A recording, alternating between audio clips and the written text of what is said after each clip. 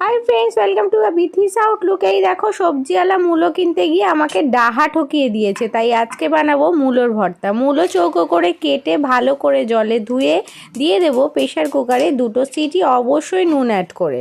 আর এই দিকে আমি কি করছি তোমাদেরকে বলছি, মূলোর ভর্তা আজকে জমে যাবে।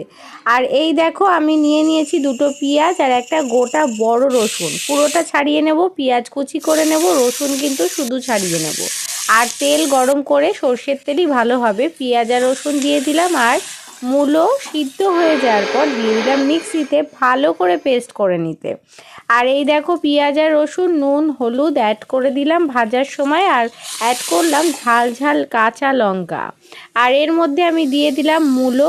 পেঁয়াজ রসুন ভাজা হয়ে গেলে তারপর অ্যাড করে দিলাম ধনেপাতা। অসাধারণ মূলোর ভর্তা দিয়ে জমে যাবে আজকে দুপুরের ভাত বা রুটি। তোমরা একবার অবশ্যই ট্রাই করো মূলোর সিজনে।